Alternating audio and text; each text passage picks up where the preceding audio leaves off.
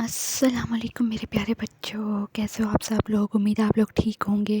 آپ سے ہمیشہ کی طرح کی ریکویسٹ ہے کہ آپ لوگ درود شریف پڑھ لیں تاکہ آج کی کہانی کا ہم باقاعدہ آغاز کر سکیں۔ امید ہے میرے پیارے پیارے بچوں نے اپنی پیاری سی دیدی کی بات مانتے ہوئے درود شریف پڑھ لیا ہوگا۔ میرے اپنے میٹھے میٹھے اور پیارے پیارے بچوں سے ایک اور ریکویسٹ بھی ہے کہ آپ لوگ 5 وقت کی نماز روز ادا کیا کریں اور قرآن پاک کی تلاوت کیا کریں بما ترجمہ، اور درود شریف کو اپنی زندگیوں میں شامل کر لیں۔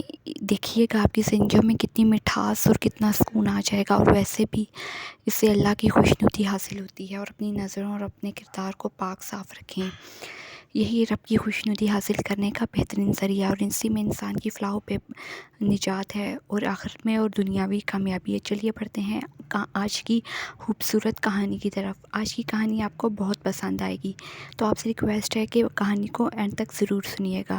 شکریہ۔ بڑھتے ہیں کہانی کی طرف۔ کہانی شروع ہوتی ہے انڈیا کے ایک گاؤں جام نگر سے، جہاں پر ایک پریوار رہتا تھا۔ اس پریوار کی ایک بہو تھی جس کا نام گیتا تھا۔ گیتا بہت ہی لالچی اور اسراف پسند تھی، ہر وقت فضول خرچیاں کرتی رہتی تھی اور اپنے میکے میں کھانا بنا بنا کر بیچتی رہتی تھی، کیونکہ وہ ایک غریب خاندان سے تھی اور اللہ نے اسے امیر سسرال عطا کیا تھا۔ سسرال والے اس کی بہت قدر کرتے تھے، لیکن یہ عورت کسی بھی صورت، گیتا جس کا نام تھا، اس عورت کی ہوس، حرص اور لالچ ختم نہیں ہوتی تھی۔ وہ طرح طرح کے کھانے بنا بنا کر اپنے میکے میں بیچتی رہتی تھی۔ وہ اتنا زیادہ کھانا بنا لیتی تھی کہ میکے والے بھی اسے ڈسکارڈ کر دیتے تھے، یعنی اس کھانے کو باہر پھینک دیتے تھے، کیونکہ وہ اتنا زیادہ اور اتنی زیادہ ڈشز بنا کر بیچتی تھی۔ حقیقت تو یہ تھی کہ آج سے پہلے گیتا نے ایسے کھانے دیکھے ہی نہیں تھے۔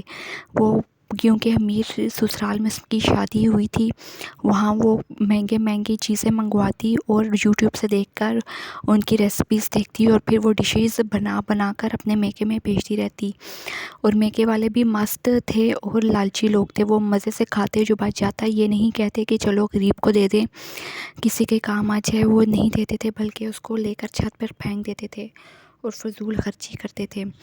گیتا اپنے سسرال والوں کے آرام کا خیال بھی نہیں رکھتی تھی، وہ دن رات کھانے بناتی رہتی۔ رات کو بھی وہ کھانے بناتی، جب سسرال والے سو رہے ہوتے تو بھی وہ کھانا بنا رہی ہوتی اور برتنوں کا شور ہو رہا ہوتا۔ اسے اپنے سسرال کے آرام کا بھی خیال نہیں تھا۔ اس کی ایک بوڑھی ساس تھی جو کہ بیمار تھی، اسے آرام کی بہت ضرورت تھی۔ ڈاکٹر نے اسے کمپلیٹ ریسٹ بتایا تھا اور شور و غل سے دور رہنے کا مشورہ دیا تھا، لیکن گیتا کی سمجھ میں یہ بات نہیں آتی تھی۔ وہ ہر ٹائم برتن بچاتی رہتی اور شور مچاتی رہتی، برتنوں کا کھانا بناتی رہتی اور گھر میں پورا دھواں کیے رکھتی۔ جب سسرال والے سو جاتے تو بھی وہ کھانا بناتی رہتی، اور عجیب عورت تھی، دن کو سوئی رہتی اور رات کو کھانے بنانے شروع کر دیتی۔ اس کا پتی راج کام کو جاتا تھا، لیکن اسے اس کی بھی پرواہ نہیں تھی، ہر وقت اپنے کھانے بناتی